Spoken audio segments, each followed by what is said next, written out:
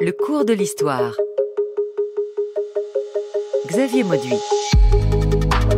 Contre la République, les ligues d'extrême droite passent à l'action. Antiparlementaires, autoritaires, antisémites, elles sont bien vives, ces ligues sous la Troisième République. Une République qui n'est qu'à leurs yeux que la gueuse. Il s'en faut peu pour qu'un pays ne bascule. Et quand il a basculé, bien souvent, il est trop tard. Quelle généalogie pour cette pensée ligueuse. Parce que les idées politiques ne surgissent pas de rien, de nulle part. Elles ont une histoire, elles sont le fruit d'un héritage. Elles s'adaptent au contexte, elles en profitent opportunistes. Et elles ont une postérité. Maurras, Barrès, Déroulède. J'avais une raison personnelle d'insister. Il y avait des semaines qu'un sourd malaise grondait au cœur du peuple de Paris. La province, qui aurait eu les mêmes réactions que la capitale, mais qui ne répercutait ses émotions qu'avec un peu de retard, ne comprit pas tout de suite de quoi il s'agissait. Étrange fin de siècle du début de ma vie, dont les grands témoignages littéraires restent les scènes et doctrines du nationalisme de Barrès et les souvenirs de Léon Daudet. Maurras, l'action française, ce sera plus tard. L'air est pur, la route est large, le clairon sonne la charge, les oives vont chantant. Et là-haut sur la colline, dans la forêt qui domine, on les guette, on les attend. Déroulède prenant par la bride le cheval du général Roger, s'écriant « À l'Élysée, mon général !» Oui, mais il n'atteint pas l'Élysée. Bonjour, Olivier Dahr. Bonjour. Vous êtes professeur d'histoire contemporaine à Sorbonne Université, spécialiste de cette histoire politique des années 1930 et cette réflexion que nous allons avoir avec vous sur ces ligues nationalistes. Et vous êtes co-auteur avec Jean Philippet de février 34, L'Affrontement. Bonjour. Anne-Catherine Schmitt-Trimborn. Bonjour. Vous êtes docteur en histoire contemporaine et autrice de la Ligue d'action française 1905-1936, organisation, lieu et pratique militante, avec la réflexion aujourd'hui que nous allons avoir sur cette généalogie. Une idée politique, ça n'apparaît pas de nulle part. D'ailleurs, quand on parle de ligue, de quoi s'agit-il, Olivier Dahr? C'est quoi une ligue? Alors, une ligue, c'est une organisation qui pourrait se définir, selon des critères classiques de sciences politiques, j'allais dire, comme un groupe de pression. Une ligue n'est pas un parti politique. Une ligue, c'est une organisation qui prend en charge un certain nombre d'intérêts qui lui paraissent importants, ce qui signifie par conséquent que si les premières ligues ou la première ligue importante est la Ligue des Patriotes de Déroulède, dont il a été question, qui naît avant d'ailleurs le boulangisme, qui naît sous l'égide de Gambetta, parce que le caractère anti-républicain des ligues, il faut en parler. De quelle république parle-t-on? Les ligues sont contre la république parlementaire. On entendait tout à l'heure parler de la gueuse, c'est véritablement le vocabulaire de l'action française. Le Déroulède et la Ligue des Patriotes n'auraient pas forcément employé ce terme-là de la même façon. Mais je voulais ajouter aussi que les ligues sont bien sûr les ligues nationalistes, c'est ce qu'on a retenu, mais il y a aussi d'autres ligues, marquées à gauche, à commencer par la Ligue des droits de l'homme, qui naît, elle, de l'affaire Dreyfus, et qui joue dans l'histoire des gauches françaises un rôle tout à fait important, à la fois au moment de l'affaire Dreyfus, mais aussi plus tard, lors, bien sûr, du Front populaire. Et de ce point de vue, la Ligue des droits de l'homme prend en charge un certain nombre d'enjeux, liés notamment à l'innocence du capitaine Dreyfus, mais aussi, et je pense que c'est un élément très important, la Ligue permet à un certain nombre d'individus qui ne veulent pas adhérer à un parti politique, et n'oublions pas qu'en France, les partis politiques ne naissent que dans les années 1900, il y a toute la loi sur les associations, etc., on va pas rentrer dans les détails, mais la Ligue permet à un certain nombre de militants qui veulent s'engager sur une cause, eh bien de le faire. Donc il y a les ligues nationalistes, la Ligue des droits de l'homme, la Ligue des contribuables, il y a une multitude de ligues, y compris bien sûr les ligues nationalistes dont nous allons parler. C'est vraiment important de le rappeler, cette Ligue des droits de l'homme, ce n'est pas du tout une ligue nationaliste, et ça reste malgré tout une ligue, c'est une organisation qui doit être contextualisée. C'est très important pour comprendre. Vous nous avez cité cette Ligue des Patriotes, c'est 1882, celle de Déroulède. Nous sommes à un moment particulier de notre histoire, Anne-Catherine Schmitt-Trimborn. C'est une organisation politique qui est en train de se construire pour la France. La République a été proclamée très peu de temps auparavant. Tout à fait. Et la Ligue des Patriotes trouve sa genèse, y compris, a commencé dans l'idée de revanche. C'est bien là, effectivement, qu'il faut trouver l'un des arguments fondateurs de cette Ligue des Patriotes. Après, ce qui est intéressant avec la Ligue des Patriotes, c'est que il va y avoir un certain nombre de scissions, d'ailleurs, comme dans toutes les ligues, de fortes évolutions au niveau à la fois aussi bien de l'idéologie que des pratique militante. Il va y avoir, elle va disparaître au début des années 1890, puis renaître de ses centres, et elle va, voilà, la Ligue des Patriotes est vraiment à la fois un moment fondateur, mais également finalement presque un contre-exemple pour ce que vont être les autres ligues ensuite au tournant du XXe siècle. Oui, parce que la République des premiers temps n'est pas une République aussi solide que ça. Et puis il y a ce traumatisme de la défaite lors de la guerre franco-prussienne qui conduit à la naissance de l'Allemagne. Tout à fait. Et pour compléter ce que vient de dire Anne-Catherine, il faut bien saisir que la Ligue des Patriotes, qui est au départ soutenue par Gambetta, enfin Cercle plus exactement, Déroulède fait plutôt partie du monde gambétiste, avec les bataillons scolaires, etc. La revanche est une priorité. Et ce que l'on reproche à la République, c'est au fond peut-être d'être un peu pusillanime dans ses enjeux de défense, etc. Tous les débats d'ailleurs qui vont s'opposer à Jules Ferry en 1885 avec la crise boulangiste. Et effectivement, Anne-Catherine a eu tout à fait raison de rappeler que cette ligue, elle a évolué. Mais deux noms la caractérisent. Déroulède, dont il a été question, et Maurice Barrès.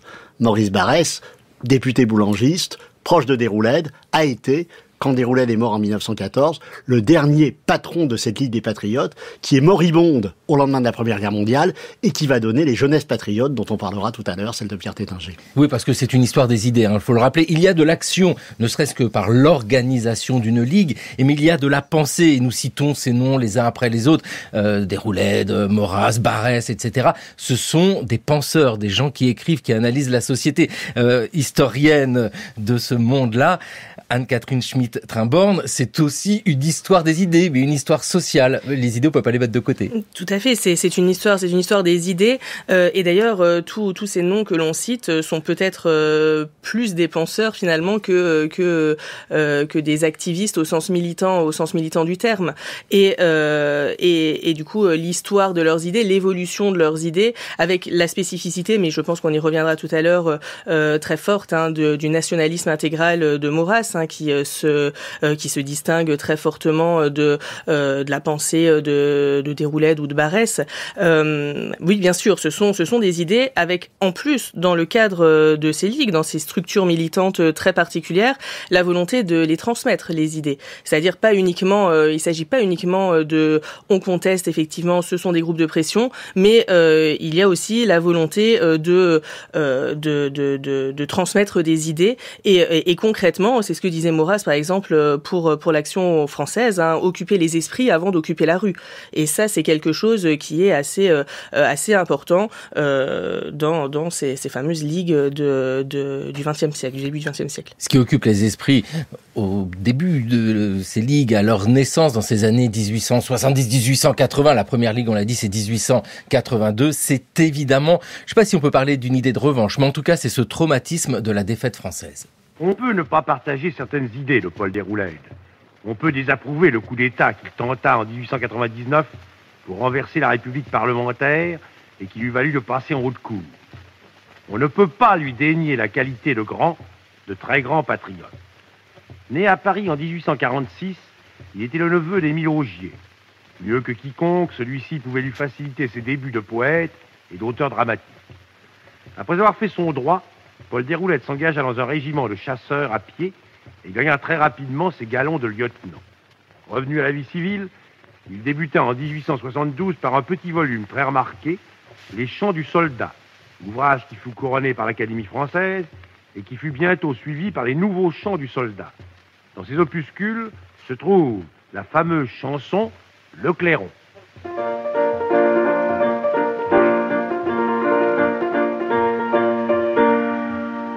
L'air est pur, la route est large, le clairon sonne la charge, les oives vont chantant. Et là-haut sur la colline, dans la forêt qui domine, on les guette, on les attend. Le clairon est un vieux brave, et lorsque la lutte est grave, c'est un rude compagnon. Il a vu meute bataille, et porte plus d'une entaille, depuis les pieds jusqu'au front. On grimpe, on court, on arrive, et la fusillade est vive, et les autres sont à droite. Quand enfin le cri se jette, en marche, à la baïonnette, et l'on entre sous le bois.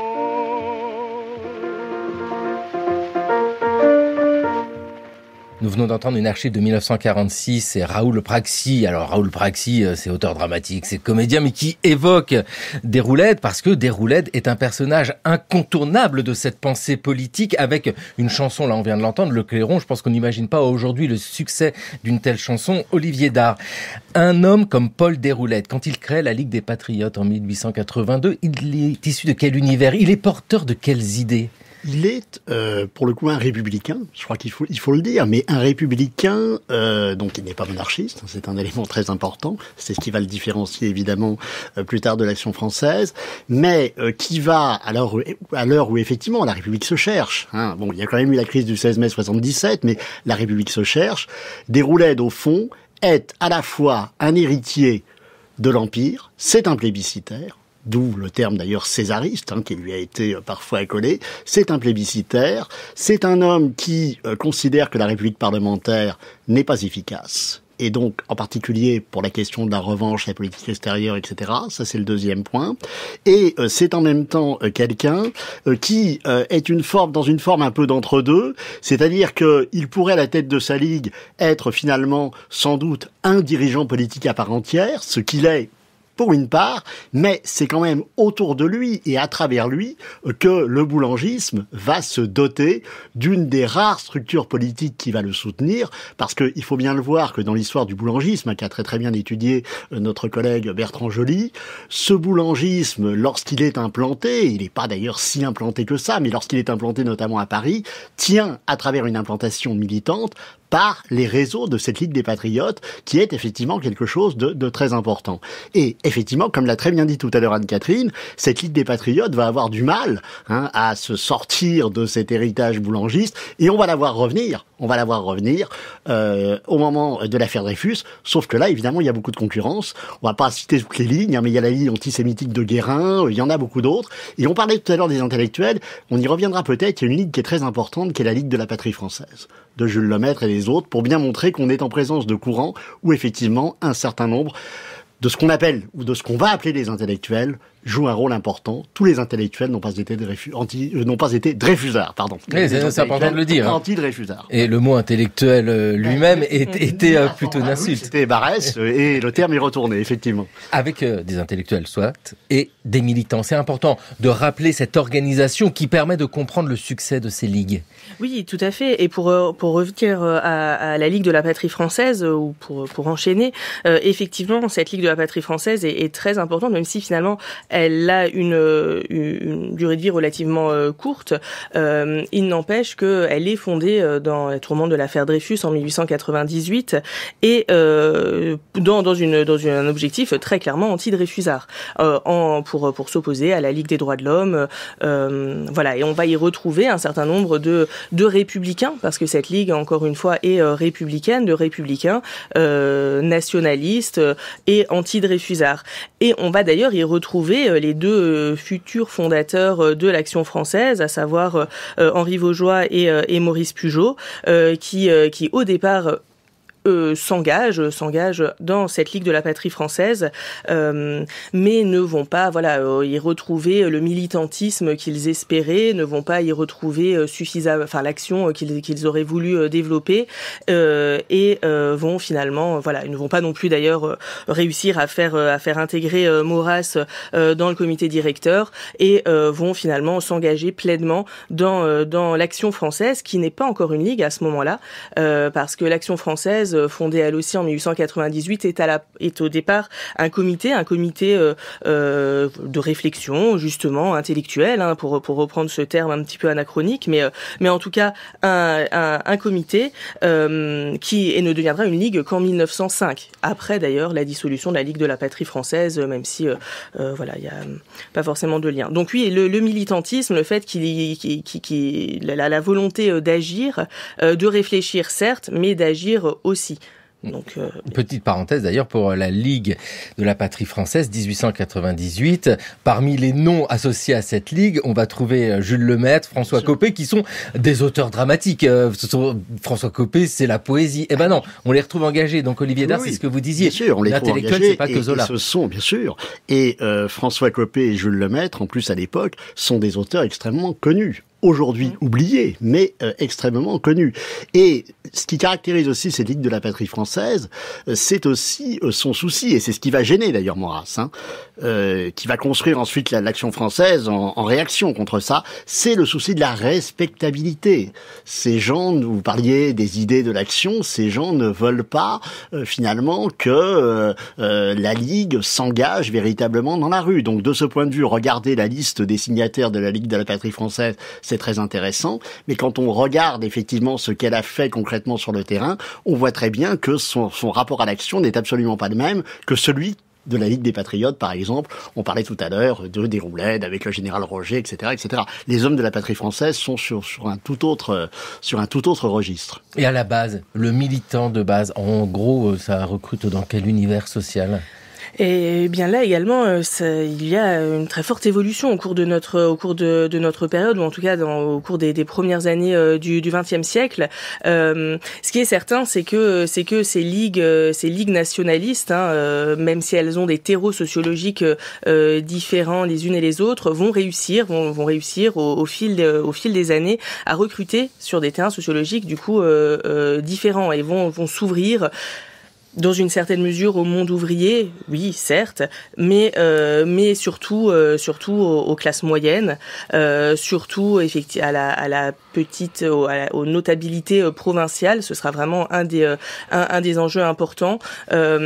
Donc une ouverture sociologique, bon, qu'il faut malgré tout nuancer, et avec une spécificité quand même assez importante pour l'action française, qui reste, même si elle est au cœur de cette histoire des ligues, elle est elle aussi vraiment à part dans cette histoire des ligues, la question évidemment de la noblesse, ou en tout cas des descendants de la noblesse, des propriétaires fonciers, etc. Oui, parce que l'action française, royaliste, elle prône la monarchie, alors que les autres ligues, non. C'est en cela, Olivier Dard, que ce panorama des ligues est complexe, parce que j'ai envie de dire, on va trouver un peu de tout. On peut aller où on veut. Il y a plein de ligues. Alors, vous l'avez dit, de gauche, mais même dans les ligues nationalistes, on va avoir des orientations plus ou moins différentes. Oui, il y a des orientations différentes. Et c'est ce qui va être, d'ailleurs, c'est ce qui va faire la singularité de l'action française. C'est-à-dire, ce qu'il faut bien comprendre pour l'action française, c'est deux choses. Un, que c'est une ligue qui vient après et qui va se construire contre les échecs précédents. Maurras va avoir des mots très durs contre Déroulède, contre les gens de la patrie française, comme l'a rappelé Anne-Catherine, qui n'ont pas voulu le faire rentrer dans le comité directeur. S'il était rentré dans le comité directeur, on ne sait pas ce qui serait advenu, mais il a des mots très durs contre les uns et les autres, soit contre l'activisme de Déroulède sans suffisamment d'idées, soit contre des gens de la patrie française qui n'ont finalement pas voulu agir. Donc il va effectivement impulser la création de la Ligue de l'Action française, mais cette Ligue de l'Action française ne doit se comprendre que comme un élément d'un ensemble. L'Action française, c'est un dispositif. Au cœur de l'Action française, l'écrit. Anne-Catherine, je pense, va y revenir. La petite revue grise et ensuite le quotidien. La Ligue, les Camelots du Roi activistes, avec le rôle des étudiants, et puis plus généralement, en termes de militants, comme Anne-Catherine le disait, cette sociologie assez particulière, parisienne, mais aussi provinciale, avec également la question des dames d'Action française et des jeunes filles d'Action française qu'on a parfois tendance à oublier, mais qui ont joué un rôle important. Il y a des femmes nationalistes, et je dis pas ça pour... voilà, c'est une réalité qu'on a parfois tendance à oublier, mais sur laquelle les historiennes et les historiens aujourd'hui reviennent, et avec raison.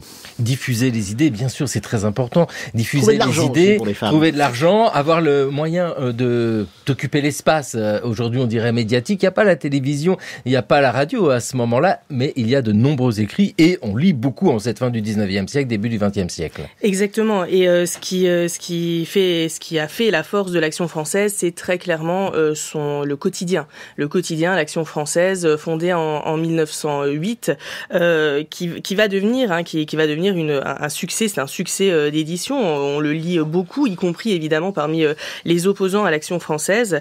Donc ce journal quotidien, il est vraiment fondamental et structurant dans l'histoire de la Ligue, parce que les camelots sont fondés pour le distribuer à la base, ce journal quotidien, même si ils vont mener tout un tas d'autres actions militantes, mais ce journal, c'est celui qui permet de diffuser les idées. Je me répète, mais Maurras a beaucoup insisté sur le fait qu'il fallait occuper les esprits encore une fois, même avant d'occuper la rue. Donc il faut convaincre, il faut que les militants soient convaincus du bien fondé du nationalisme intégral. En fait, ce que Maurras veut pour l'Action française, c'est il veut faire pour les Français ce que lui a réussi à faire avec Vaugeois et Pujol, c'est-à-dire les convaincre, les convertir, c'est son terme d'ailleurs, au nationalisme intégral et donc à la monarchie. Sa conviction que le retour de la monarchie est la meilleure solution pour la France est fondée sur une histoire un petit peu décliniste effectivement, contre-révolutionnaire au moins de la France depuis la Révolution française. Et il veut le prouver, et donc pour cela, il va multiplier les textes théoriques tout au long des premières années du siècle. Et avec un écho plus tardif, écoutez bien et tendez l'oreille, nous allons entendre Charles Maurras qui s'exprime en 1938 lors de son élection à l'Académie française. J'avais une raison personnelle d'insister, car, d'un côté, ma vie s'est dépensée tout entière à essayer de constituer ou de reconstituer une sorte d'esprit public commun à la France, un État stable, durable, cohérent et autant que possible embranché et se rapportant à toutes les grandes forces du passé.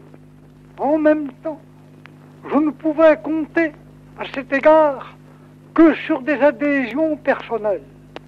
J'ai eu des collaborateurs effectifs et des collaborateurs moraux qui sacrifiaient tout avec une amitié d'esprit incomparable à la cause que je leur avais proposée. Oui, c'est une cause, une vraie cause, il le dit Charles Maurras. Olivier Dard, y a-t-il un programme politique dans le cas de l'Action française avec Charles Maurras? C'est quelque chose de particulier, on l'entend, l'État stable, durable, cohérent. En écho au passé, c'est la monarchie. Est-ce qu'il y a un programme politique en général dans ces ligues? Oui, alors je vais y venir dans un instant. Je réagis juste et je rebondis sur l'extrait qu'on vient d'entendre pour rappeler une chose essentielle, la surdité de Charles Maurras. On mesure très bien qu'à l'entendre, il n'est pas un orateur. Et il l'a d'ailleurs beaucoup regretté, car il aurait aimé pratiquer le magistère de la parole. Et si Maurras est aussi obsédé littéralement par l'écrit, c'est bien parce qu'il est incapable de parler, ou plus exactement d'écouter, et donc de participer à une conversation. Donc c'est un élément absolument essentiel. Alors par rapport à ce programme, effectivement, des ligues, oui, il existe, mais je dirais dans ses grandes lignes. Il faut bien comprendre que l'Action française, justement avec Maurras, que ce soit Maurras, Daudet, Bainville, tout et Valois d'ailleurs aussi, reproche aux autres ligues de ne pas justement avoir un programme. Et c'est ce que disait Anne-Catherine, elle, notre force c'est d'avoir raison, disait Maurras. Ils ont un programme. Les autres en ont quand même un. Mais c'est un programme, je dirais, assez largement négatif.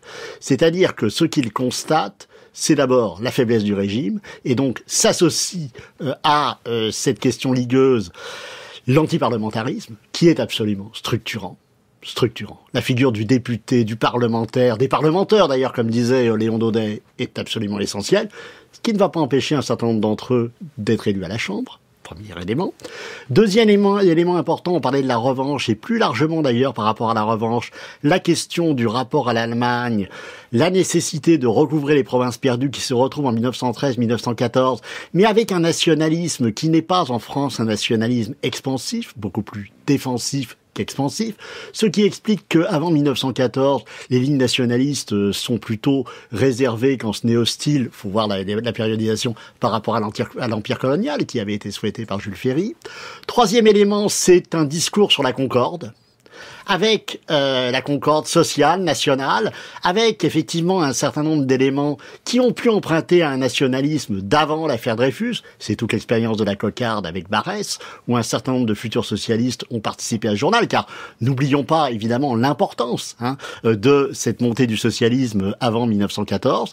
Et puis également un rapport effectivement à l'étranger, des éléments de xénophobie bien sûr, d'antisémitisme également. Et là aussi, il y a dans l'affaire Dreyfus, bien sûr, la dimension antisémite fondamentale, mais également l'idée, on l'oublie parfois, enfin les spécialistes le savent parfaitement, que l'affaire Dreyfus est une affaire d'espionnage. Et la question de l'espionnage est au cœur des obsessions de ces milieux, qui ont le sentiment que la France est en train de se défaire. C'est la chanson de l'Action française, la France qui se défait, contre la France qui se défait, eh bien, il lui faut, pour la refaire, il lui faut un roi, etc., etc. Anne-Catherine Schmitt-Trimborn, c'est vraiment cela qui nous intéresse aussi, c'est de comprendre un peu comment ces idées, et nous avons évoqué tous ces penseurs, se concrétisent en action. Est-ce que l'on peut dire qu'en partie, il y a dans ces ligues, pour les mécontents de tout type, un espoir de casser les choses, de faire évoluer les choses, sans qu'il y ait effectivement, systématiquement, un programme politique, si c'était peut-être pour l'Action française avec son programme royaliste. Est-ce que les mécontents se retrouvent facilement dans ces ligues ? Alors, il est certain qu'il y a cette tendance est importante dans l'histoire des ligues. Après, ce qu'il faut aussi comprendre quand on regarde un peu plus finement la manière dont finalement les idées, ou plutôt la manière dont les militants se sont appropriés les idées, en réalité, il y a des différences territoriales. C'est-à-dire que, et ça c'est assez intéressant, il y a une théorie un petit peu globale, effectivement, défendue par Maurras, Bainville et les autres à Paris.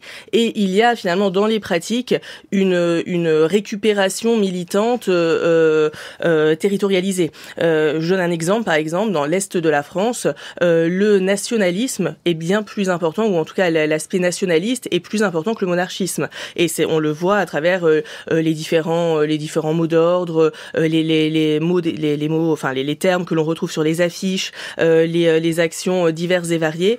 Et quand on regarde un peu finement, qu'on regarde un petit peu les statistiques, on a réellement une récupération des mots d'ordre un petit peu au cas par cas. Et ça, c'est assez intéressant parce que on se dit finalement qu'il y a une théorie globale et qu'il y a finalement des militants qui finalement récupèrent un petit peu ce qui les arrange le moment venu ou en fonction des circonstances. Olivier Dard. Ce que dit Anne-Catherine est très juste. J'ajouterai juste un élément, c'est que effectivement cette question de la territorialisation vaut assurément pour ces droites nationalistes, mais vaut aussi pour d'autres forces politiques, y compris dans le monde républicain. C'est-à-dire qu'on a tendance, bien souvent d'ailleurs, parce que beaucoup ont travaillé sur des archives parisiennes, des archives nationales, etc., à voir au fond cette France de la Troisième République comme finalement une France uniquement gouvernée par Paris et le Parlement, la Chambre des députés en particulier, mais le Sénat aussi joue un rôle capital, impulser effectivement la ligne politique. Soyons clairs, c'est globalement juste, mais il y a dans le monde républicain également des sensibilités locales. Vous n'êtes pas radical de la même façon dans l'Ouest ou dans des terres déchristianisées. Donc de ce point de vue, effectivement, le nationalisme a ses propres singularités. Je suis entièrement d'accord avec ça. Et d'ailleurs, on le voit aussi par rapport aux éléments liés à la monarchie. On voit très bien que en Ardèche, on n'est pas militant de l'Action française comme on peut l'être effectivement dans l'Est. C'est vrai, mais il y a aussi à prendre en compte que cette vie politique française est sans doute beaucoup moins centralisée qu'on a parfois tendance à l'imaginer aujourd'hui. C'est l'ambiance de cette fin 19e siècle, début 20e siècle qui nous intéresse avant d'essayer de comprendre au cours de notre émission comment ces idées-là évoluent par la suite. Pour saisir cette ambiance fin de siècle ou début de siècle, témoignage de Paul Morand. Paul Morand, c'est l'écrivain. Paul Morand, c'est l'antisémite bien sûr, collaborationniste pendant la Seconde Guerre mondiale et qui est né en 1888 et qui se souvient ici de sa jeunesse. Étrange fin de siècle du début de ma vie, dont les grands témoignages littéraires restent les scènes et doctrines du nationalisme de Barrès et les souvenirs de Léon Daudet. Maurras, l'Action française, ce sera plus tard. Nous avons vécu l'enterrement de Félix Faure, dernier essai du coup d'État. Déroulède prenant par la bride le cheval du général Roger et s'écriant « À l'Élysée, mon général !» Déroulède pénètre à la suite dans la caserne de Reuilly, mais l'armée ne suit pas. Déroulède reste seul, vieux Don Quichotte au nez et à la barbe crochue. Le nationalisme ne s'en relèvera jamais, malgré Jules Lemaître, malgré la Ligue des Patriotes, malgré les dîners de Madame de Loanne, où au foie gras les convives se demandaient si cette nuit-là, le duc d'Orléans passera la frontière. La mort de Félix Faure, le président de la République, c'est en 1899, tout comme le coup d'État de Déroulède évoqué ici par Paul Morand. C'est dans l'émission Analyse spectrale de l'Occident en 1967 que s'exprimait Paul Morand. Olivier Dard, dans ce monde que nous évoquons depuis tout à l'heure, on voit que ce tournant du siècle est important avec la création des partis politiques. Parce que ces ligues-là, vous nous l'avez dit, c'est pour pallier à ce qui n'existe pas. C'est pour pallier, pas uniquement, mais parce que les partis politiques, si vous voulez, existent sans exister. Les grands partis politiques vont naître, effectivement, après la loi sur les associations, parce que si on fait l'histoire du socialisme, on va vous dire qu'il y a eu tel parti, etc. Effectivement, ces ligues existent avant les partis politiques, mais ce qu'il est intéressant de comprendre, c'est que la naissance des partis politiques, notamment à droite, ne signifie pas la disparition des ligues.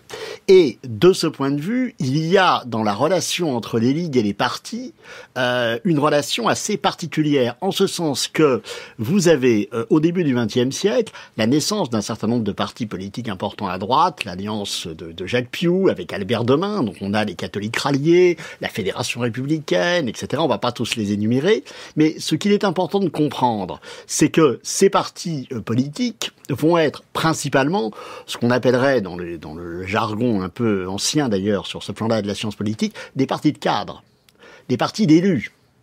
N'oublions pas que la Troisième République, et ça a été très critiqué, mais c'est pas si faux, c'est la République des comités. Et de ce point de vue, vous avez des partis d'élus qui n'ont pas forcément de militants.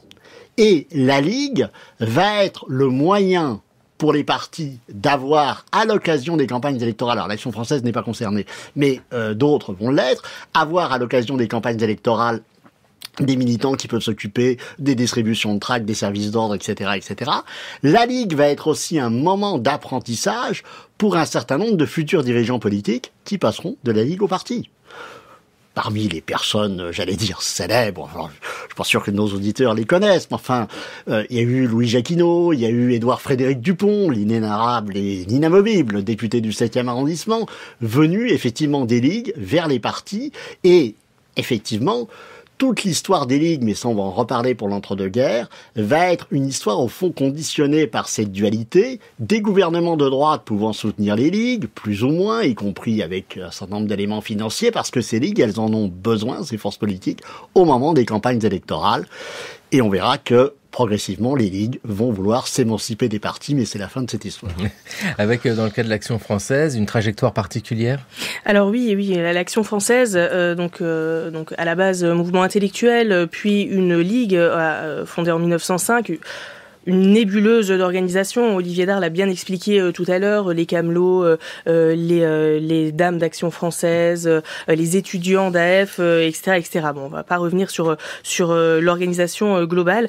Une trajectoire particulière après la Première Guerre mondiale. Une trajectoire particulière parce que en 1919, l'Action française choisit et décide de présenter des candidats aux élections législatives. Alors, comment se sortir de cette impasse quand même un petit peu théorique, on veut renverser la République, eh bien Maurras dit par tous les moyens, même légaux. On veut renverser la République par tous les moyens, même légaux. Donc 1919, donc cette Chambre Bleue Horizon, une législature pour Léon Daudet notamment, qui est élu à Paris député, qui va être un personnage un petit peu tonitruant de cette période. Un certain nombre de sympathisants d'Action française élus un petit peu partout en province. Un succès quand même en demi-teinte. Il faudrait pas voir ou il faudrait pas se laisser trop influencer par cette présence tonitruante de Léon Daudet à l'Assemblée. Mais Qu'importe, il n'empêche que l'Action française, à ce moment-là, la Ligue d'Action française va se tourner vers les élections et en 1924, ils vont chercher ils ont réorganisé en fait leur structure militante pour participer aux élections législatives, ce qui a quand même un petit peu déstabilisé un certain nombre de militants parce que on vous dit on veut renverser la République, mais bon finalement allez voter. Enfin bon c'est malgré tout un petit peu compliqué. En 1924 c'est un échec. Élection du cartel des gauches. Léon Daudet n'est pas réélu. Il tentera de se faire réélire l'année d'après, en 1925, mais encore une fois échec, et ce sera cette fois la fin de ce qu'on a pu appeler l'aventure électorale de l'Action française. Aventure électorale un petit peu qu'il est compliqué d'appréhender parce qu'elle a permis une forme de respectabilisation, si on peut utiliser ce terme, de l'Action française, mais malgré tout elle a aussi perdu un certain nombre de militants et donc effectivement trajectoire très particulière pour l'Action française. Oui, parce que il est question de trajectoire ici, on pourrait même parler de génération, on l'a dit, 1882, la création de cette première ligue, la Ligue des Patriotes de Déroulède. Là, si nous réfléchissons à l'entre-deux-guerres, nous sommes dans les années 1920, Olivier Dard, le contexte est tellement différent. L'Alsace-Lorraine, par exemple, a été récupérée, ça change beaucoup de choses. Oui, mais par rapport à ce que vient de dire Anne-Catherine, ce qui est très intéressant, c'est que la Ligue des Patriotes, ou plutôt ce qu'il en reste, et ce que vont devenir les jeunesses patriotes, elle participe au bloc national. Si l'Action française, en 1919, aussi choisit de présenter des candidats, c'est parce que à Paris qui est une ville nationaliste à l'époque, les Parisiens, enfin les dirigeants politiques parisiens de la droite parisienne, ne veulent pas que l'Action française soit avec eux. Barrès a essayé de faire ce qu'il a pu, et même Barrès, ils avaient voulu retirer le mot nationaliste de son affiche électorale. Il avait dit non, je suis un nationaliste. Mais c'est un élément fondamental. Et effectivement, bon, Anne-Catherine a résumé très bien les choses. J'ajouterais juste en plus, pour l'Action française, c'est terrible, l'échec de 1924. Parce que ça a obligé finalement l'Action française à se compter électoralement. Et on connaît la fameuse formule de Thibaudet, finalement elle n'est pas capable d'élire un conseil général alors que c'est un journal très important. Et puis par ailleurs, ça va être à l'origine de dissidences très importantes, notamment celle du faisceau de Georges Valois, à un moment où les jeunesses patriotes, elles, sont en train de se développer.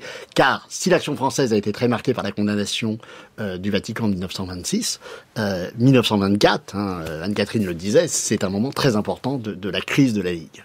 Oui, parce que je voulais vous poser la question d'ailleurs par rapport à la religion, au catholicisme. Ces ligues-là, mais même celles de la fin du 19e siècle, ne sont pas foncièrement rattachées à la religion. Alors, c'est peut-être mis en avant, mais depuis le début de l'émission, c'est vrai qu'on n'en a pas parlé plus que ça, donc c'est pas fondamental. Non, c'est pas forcément un argument fondamental. Bon, si ce n'est peut-être quand même à l'Action française. À l'Action française, là, on a quand même un lien très fort entre, d'ailleurs un lien fort et complexe entre la religion, la Maison de France, l'Action française. Il y a là un monde quand même un petit peu particulier et les militants se sont facilement retrouvés dans cette possibilité de vivre à la fois leur foi religieuse et politique et c'est justement c'est tout le problème de 1926. C'est qu'il va falloir pour certains d'entre eux choisir entre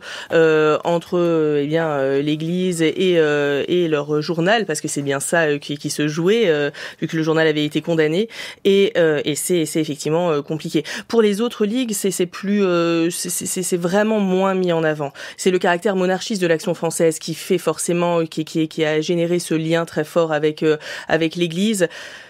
Mais un lien qui dès le départ est quand même assez ambigu, parce que Maurras lui-même n'est pas croyant, il se revendique athée, et donc tout cela évidemment agnostique athée, oui pardon. Donc voilà. Pourquoi le pape d'ailleurs condamne l'Action française? Pourquoi il y a cette excommunication? Qu'est-ce qui se passe? Eh bien, ce n'est pas toute l'Action française qui est condamné, c'est un certain nombre d'écrits de Maurras, justement du fait qu'effectivement Maurras est agnostique, et c'est ce qui ne passe pas forcément, plus un certain nombre de textes jugés inacceptables et donc excommuniés par le pape.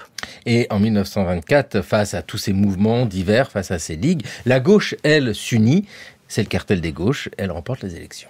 Les socialistes, avec Vincent Auriol, prônent une politique cohérente mais incompatible avec une économie libérale. Les milieux d'affaires orchestrent la campagne contre le cartel accusé de ruiner la France. La reconnaissance par la France de l'Union soviétique, les progrès du Parti communiste inquiètent la bourgeoisie. L'expérience italienne fascine certains éléments de la droite. Georges Valois crée le faisceau des combattants et des producteurs. Des ligues naissent. Un climat de violence s'instaure. L'Action française et la Ligue des Camelots du Roi font des progrès sensibles. Ce regain d'influence doit beaucoup aux articles de Charles Maurras et au talent d'orateur de Léon Daudet. Un député de Paris, Pierre Tétinger, fonde les Jeunesses patriotes. Ces formations paraissent favorables aux méthodes violentes qui ont conduit Mussolini au pouvoir en Italie. Leurs militants et les membres du Parti communiste s'affrontent dans des bagarres sanglantes, notamment à Paris en avril 1925. On compte 4 morts et plusieurs dizaines de blessés. Le cartel des gauches face aux ligues, la Troisième République présentée sur l'ORTF en 1970, Olivier Dard. Nous avons, c'est vrai, ici une histoire internationale. Parler de ces ligues françaises n'a aucun sens, et encore plus dans les années 1920, si on ne regarde pas ce qui se passe ailleurs en Europe. Je suis d'accord avec vous. Mais justement, il faut regarder ça de près et voir que l'Action française, avant 14, a beaucoup influencé le nationalisme italien. C'est un premier élément très important. Et que ces nationalistes italiens, avant 14 déjà un peu, et ceux qui vont se rallier au fascisme, sont, plus les années passent, de plus en plus réservés vis-à-vis de l'Action française, qui leur paraît un mouvement finalement hors du jeu, hors du peuple, hors des masses. Et de ce point de vue, quand l'Action française salue la marche sur Rome, qu'est-ce qu'elle salue ? Elle salue l'image qu'elle a d'un Mussolini qui consolide la monarchie avec un lien entre celui qui va être le futur Duce et la monarchie. Il n'y a pas d'admiration, si vous voulez, pour ce que va être le PNF, le futur modèle fasciste, etc. En revanche, on apprécie le retour à l'ordre en Italie. Georges Valois, c'est différent. Georges Valois, lui, a fait le voyage, a rencontré Duce, et Georges Valois va essayer de mettre sur pied, à partir de 25-26, un premier mouvement, le faisceau, fascisme français. Alors un fascisme français version Valois, qui reprend un certain nombre d'éléments du fascisme italien, en particulier pour tout ce qui est du culte des combattants. Et on retrouve dans la rhétorique du faisceau toute une série d'éléments, y compris sur des éléments liés à de la victoire mutilée, pour expliquer comment, finalement, le cartel des gauches dont il était question, dont il faut rappeler que les communistes sont exclus, c'est socialistes et radicaux. Mais que ce cartel des gauches, au fond, avec le rapprochement avec l'Allemagne, eh bien, finalement, mettrait en péril les acquis de la France à Versailles, même si l'Action française avait condamné le traité de Versailles parce que elle le trouvait, finalement, trop dur sur un certain nombre de points, mais, j'allais dire, affligé d'un tort irréversible, c'est-à-dire celui d'avoir maintenu l'unité allemande. Pour les Maurassiens, c'était absolument impensable. Et autre élément important chez Valois, c'est l'idée que on peut, avec le fascisme, construire un régime économique et social différent. Valois revisite la question du corporatisme à travers l'expérience italienne. Il va d'ailleurs l'abandonner parce qu'il va trouver que l'Italie est beaucoup trop étatiste. Mais Valois, effectivement, après 20 ans d'action française, quitte l'action française. Il n'est plus monarchiste. Et il se serait vu, peut-être, comme un Duce français, ce qu'il n'était pas. Et Mussolini lui avait dit lui-même. Mais dernier point sur Valois, ce qui est intéressant, c'est que Valois est le premier qui a voulu aller expliquer à Mussolini que le fascisme était né en France. Avec Sorel, etc. Et Mussolini l'avait écouté en lui disant que c'était lui qui avait mis quand même le bébé dans le berceau. Voilà. Et donc effectivement une dissidence, parce que à la base Valois c'est bien une dissidence d'action française. Les prémices de son organisation, alors du faisceau, au départ ils fondent des légions en accord avec l'Action française. Enfin, au départ, Maurras, Daudet sont présents pour la naissance des légions, et très vite, en quelques mois, c'est la rupture. Et c'est une rupture qui va d'ailleurs entraîner des relations très compliquées entre les uns et les autres, des violences entre les ligueurs, les camelots du roi et du coup les membres du faisceau, des rappels, de nombreux rappels dans les colonnes du quotidien, notamment sur l'interdiction formelle de d'appartenir à une autre organisation, de s'allier ou de se rapprocher avec de ces membres-là. Donc voilà, on va dire un moment, le milieu des années 20, complexe pour l'histoire des ligues, parce qu'elles sont nombreuses, elles refusent de travailler ensemble. À ce moment-là, l'Action française refuse ce qu'ils appellent les nuées de l'Union. Ils se disent bon, ok, on peut peut-être à un moment ou à un autre se retrouver dans la rue, mais par contre, il faut que chacun reste chez soi, que chacun garde ses militants et voilà, lié évidemment aussi à la spécificité du programme. L'Action française veut renverser la République. Donc voilà, c'est ça, renverser la République pour l'Action française monarchiste. Qu'en est-il des autres ligues qui sont républicaines? C'est quoi? C'est prendre le pouvoir et faire une république à leur image? Oui, mais alors c'est là où c'est compliqué. Anne-Catherine le dit bien. Ces ligues vont se réunir essentiellement lors des enterrements. Effectivement, il était question de la rue d'Henrémont, des morts avec les communistes, etc. Mais ce qui va changer, c'est qu'à partir de 1928, alors que les jeunesses patriotes progressent et ont même créé des phalanges universitaires, ce qui concurrence l'Action française directement sur son terrain étudiant, eh bien, Taittinger et les siens vont se retrouver dans l'orbite des gouvernements dits d'union nationale entre 1928 et 1932, avec quand même, pour Pierre Taittinger, un rôle non négligeable au Parlement. On lui a même proposé d'être ministre. N'oublions pas non plus que Maurice Barrès avait passé le soir de l'armistice du 11 novembre 1918 avec le président Poincaré. Il y a des liens, si vous voulez, entre ce monde nationaliste à la Barrès et un certain nombre d'éléments des droites qu'on ne retrouve pas nécessairement, évidemment, à l'Action française, qui, comme Anne-Catherine le dit très bien, est différente. Mais entre 28 et 32, ces ligues nationalistes, ou du moins une partie d'entre elles, notamment les jeunesses patriotes, eh bien, sont assez liées aux forces politiques en place, donc Tardieu, Laval, etc. Et ce qui va bouleverser la donne, c'est la deuxième victoire des gauches en 1932, le néo-cartel, la crise qui arrive, et là, nouvelle poussée ligueuse qui va amener évidemment à février 1934. Il y eut les émeutes du 6 février 1934, qui furent, croyez-en, un témoin et un acteur, hélas, était ministre de la guerre, beaucoup plus grave qu'on a pu le supposer. Sous prétexte de réformer l'impôt, on voulait envahir le palais Bourbon et probablement mettre à bas la République. Alors, le lendemain, un nouveau ministère d'Union nationale fut constitué, mais cette fois, Poincaré était mort. On alla chercher M. Doumergue, lui aussi ancien président de la République, dans sa retraite de Tournefeuille. Mais à la différence de M. Poincaré, la personnalité de M. Doumergue n'était pas suffisante pour s'imposer à celle qu'il avait groupée autour de lui. Joseph Paul Boncourt, grande figure de la Troisième République, qui s'exprimait ici en 1957. Que se passe-t-il? En février 1934, on sait bien, les émeutes, etc. Mais d'ailleurs, ce sont des ligues réunies? C'est une ligue particulière? Non, c'est d'abord des ligues.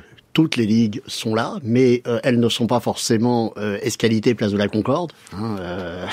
Les ligues défilent le soir du 6 côté rive gauche, et finalement on va retrouver à la Concorde effectivement un certain nombre de leurs militants qui vont effectivement, notamment avec une nouvelle venue, la Solidarité française, jouer un rôle important, et ce sont ces ligueurs de la Solidarité française qui lancent la première assaut, marche, oui, mais bon, face à un service d'ordre, on pourrait en parler très longtemps, très désorganisé, parce que n'oublions pas que le préfet de police avait été quand même, on avait obtenu sa démission de quelques jours plus tôt, donc les forces de police sont extrêmement désorganisées. Autre élément intéressant, c'est que vous avez place de la Concorde, si vous voulez, une assistance qui est ligueuse pour une part, mais pas seulement. Avec Jean Philippet, on a étudié de très près la sociologie des manifestants présents place de la Concorde. On a une sociologie plus populaire, moins engagée dans des mouvements ligueurs que par exemple la manifestation qui avait lieu le 27 janvier.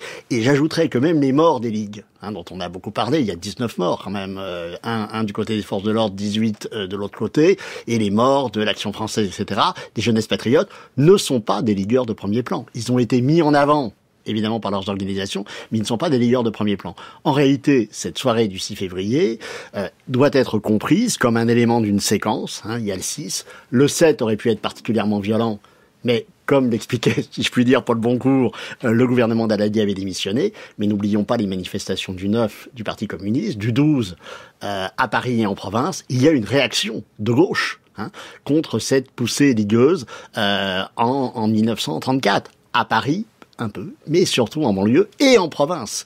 De ce point de vue, la façon dont on réagit en France à février 34 est très intéressante parce que, et Anne-Catherine l'avait montré, l'action française peine à finalement organiser des manifestations importantes en province. Ça marche pas, ça n'embraye pas. Tout à fait. Et j'aimerais juste revenir rapidement sur ce qui a conduit au 6 février.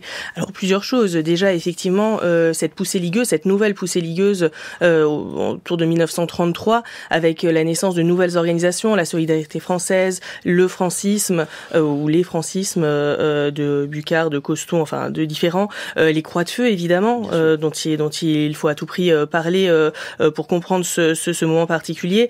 Ensuite, bien sûr, l'affaire Stavisky, décembre 33, puis effectivement l'action française qui est clairement chef de file des manifestations de janvier 34.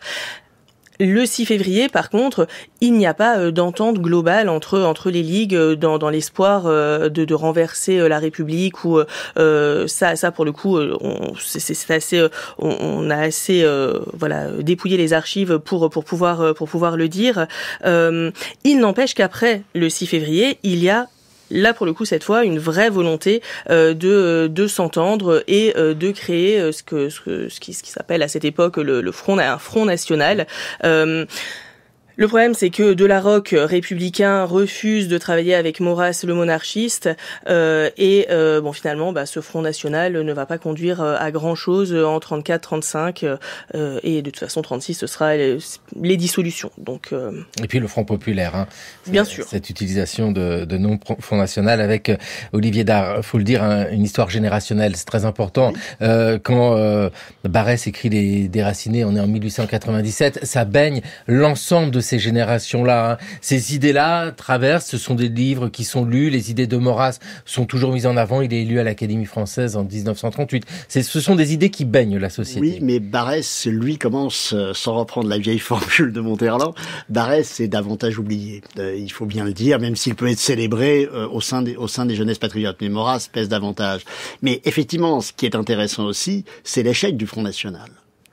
L'échec du Front national lié à la ROC, parce que la ROC, au-delà des raisons invoquées, qui sont tout à fait justes, en plus constate que ces Croix de Feu, qui n'étaient pas véritablement une ligue au départ, c'est un mouvement d'anciens combattants, élitistes, eh bien les Croix de Feu progressent en termes d'effectifs, et la ROC fait partie de ces gens qui s'interrogent de plus en plus sur la pertinence de ce modèle ligueur. C'est-à-dire que d'un côté, à gauche, il s'agit d'interdire les ligues, ce qui va être fait en 1936, mais d'autres, et en particulier la ROC, a très bien compris qu'il était possible de transformer sa ligue en parti. Pourquoi finalement s'appuyer sur des droites parlementaires et ne pas créer lui-même une force politique? Ça va être ce Parti social français, créé en 1936. Alors, il y a le Parti populaire français de Doriot, dont on parle évidemment beaucoup, organisation de type fasciste, etc. Oui, mais il y a surtout le PSF, Parti social français de la ROC, que les historiens aujourd'hui créditent de plus d'1 million de membres avant 1940. C'est-à-dire que c'est la force politique la plus importante que ce pays ait jamais connue. Certains collègues parlent même d'1 100 000 membres. Il y a une réévaluation actuellement dans l'historiographie très intéressante du Parti social français. Et ce Front national, donc, ne fonctionne pas, vous venez de nous l'expliquer. Non, il ne fonctionne pas pour les raisons indiquées par Anne-Catherine. Et il disparaît de lui-même. Il disparaît en 35 parce que de toute façon ça marche pas, la ROC n'en veut pas, et quand d'ailleurs par la suite, en 1937, il va s'agir de construire un Front de la Liberté qui se voulait un peu l'héritier de ce Front national, lancé par Doriot, là les lignes n'existent plus, mais la ROC, de nouveau, veut faire cavalier seul. Voilà. Et lui assume la transformation de la Ligue au parti. Je dirais que les ligues sont mortes sont mortes. Bien sûr, sont mortes à cause de la dissolution, mais je pense que février 34, que les ligues, que la gauche voit comme un succès des ligues, les ligues ne se rendent pas compte ce jour-là qu'en réalité, elles viennent véritablement d'échouer. Alors ça va prendre du temps, mais en réalité, certains se posent la question de la pérennité de ce modèle qui, au bout de 50 ans, touche à sa fin. Et les individus qui sont porteurs de cette histoire-là ne disparaissent pas, eux. Et c'est ça qui nous intéresse dans le cours de l'histoire. Cette généalogie d'une pensée, cette pensée d'extrême droite. Merci vivement à tous les deux. Olivier Dard, et je rappelle, l'ouvrage que vous avez coécrit avec Jean-Philippe F, février 34. L'affrontement, c'est publié chez Fayard. Et merci beaucoup à vous, Anne-Catherine Schmitt-Trimborn. Et votre ouvrage, c'est La Ligue d'action française, 1905-1936. Organisation, lieu et pratique militante. Merci beaucoup à tous les deux. Merci. Il est temps pour nous de retrouver Gérard Noiriel. C'est le pourquoi du comment.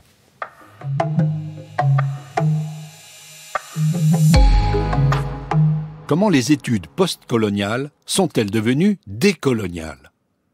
Depuis une dizaine d'années, des controverses, qui ne concernaient auparavant que le petit milieu des universitaires, sont devenues des enjeux politico-médiatiques, le plus souvent très éloignés des réalités de la recherche en sciences sociales.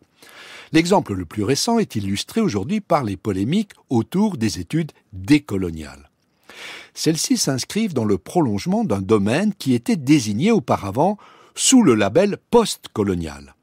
L'ouvrage qui a joué un rôle fondateur a été publié en 1978 sous le titre « L'orientalisme, l'Orient créé par l'Occident » par Edward Said, un universitaire palestinien, professeur à l'Université Columbia de New York. Après avoir analysé l'évolution de la production savante occidentale sur l'Orient, principalement en France et en Grande-Bretagne, à partir de la fin du XVIIe siècle, il réhabilite les cultures des colonisés pour souligner que ce ne sont pas seulement les héritages de la domination coloniale.